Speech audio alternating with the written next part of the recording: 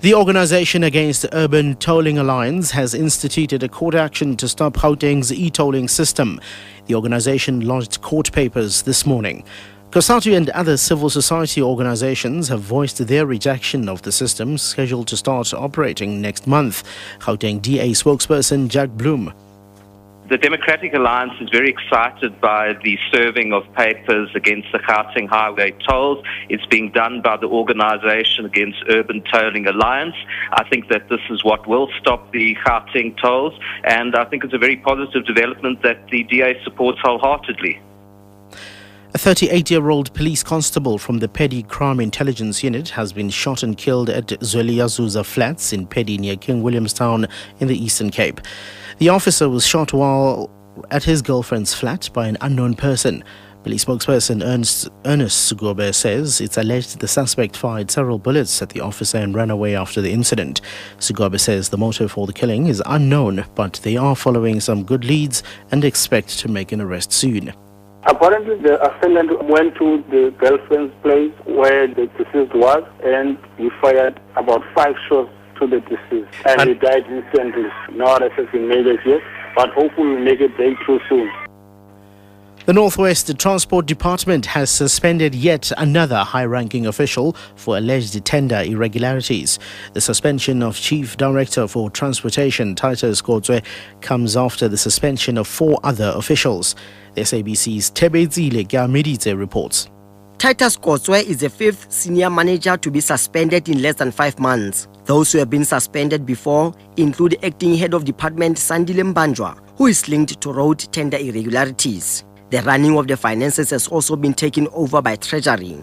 Meanwhile, MEC Matlakeng remains on a controversial extended sick leave granted to him by Premier Thandi Modise. Opposition parties have called for the reinstatement of Matlakeng, who has been at home for over 5 months. The Premier said in an earlier interview that Matlakeng's matter is part of an intervention in the department. For SABC News, I'm Tebezile Meditse in Mahikeng.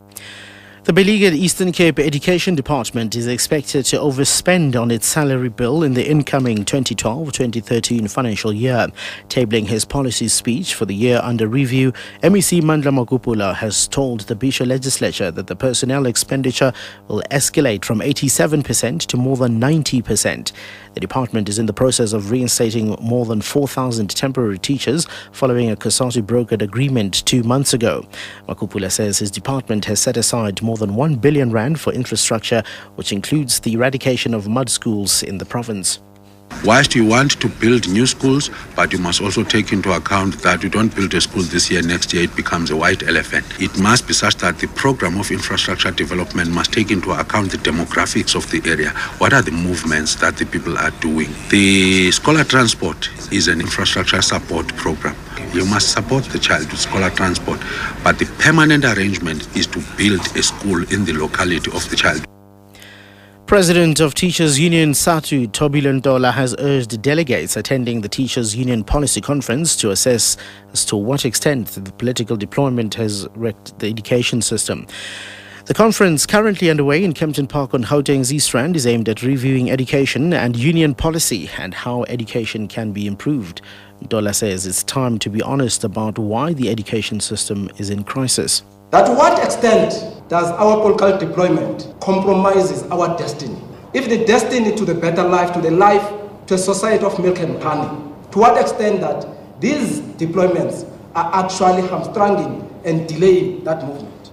I'm raising this fact because this is SATU organization, that some of the schools not performing are schools where are actually managed by ourselves. These are the questions confronting us now.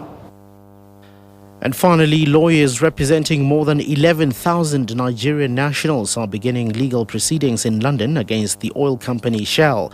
Last year, Shell admitted liability for 2 major oil spills in the Niger Delta in 2008 and 2009. Lawyer Martin Day, who's representing the local border community, says they are having to resort to legal action to get compensation for the environmental damage the company has allegedly caused. This was a thriving fishing community of about 50,000 people who for generations fish had been their main supply of protein and food. 2 oil spills totally, utterly devastated that community. I've been over there many times and one can just walk around. It looks like a World War I scenario. Land is just totally, utterly devastated, as a result of which their livelihoods have gone.